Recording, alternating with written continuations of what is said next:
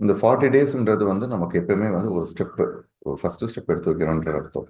முதல் நாள் ரிசர்ச் வந்து என்ன ப்ரூவ் பண்ணிருக்காங்க அப்படின்னா, 21 டேஸ் ஸ்ப்ரெட் அப் பண்ணிருக்காங்க. ஃபர்ஸ்ட் 21 டேஸ்ல எந்த ஒரு பழக்கத்தையும் ஃபர்ஸ்ட் நம்ம கொண்டு போறோம்.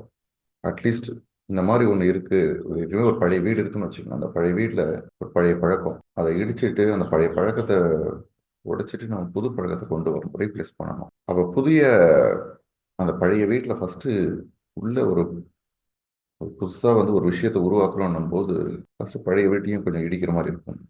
அந்த இடம் ரொம்ப என்ன பண்ணான்னு ஃபுல்லாகவே இருக்கும். இந்த இடம்லாம் செதஞ்சு போயிருக்கும், ஒரு சைடில் கொஞ்சம் தூசியாக இருக்கும், எல்லாமே இருக்கும். கொஞ்சம் அப்படி தான் இருக்கும் ஸ்டார்டிங்கில் இருந்தவங்களுக்கு அந்த கட்டமைப்பு நம்ம வரும்போது.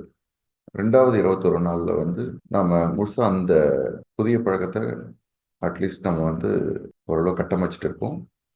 பழைய இதெல்லாமே வந்து உடச்சி கிளீன் பண்ணிட்டு இருப்போம். மூணாவது 21 நாளில் வந்து பார்த்தீங்கன்னா நம்ம வாழ்க்கையோட வந்து இன்டகிரேட் ஆகிருப்போம். இப்போ புதுசாக ஒரு ரூம் கட்டியாச்சு, புதுசாக ஒரு இடம்லாம் கட்டியாச்சு.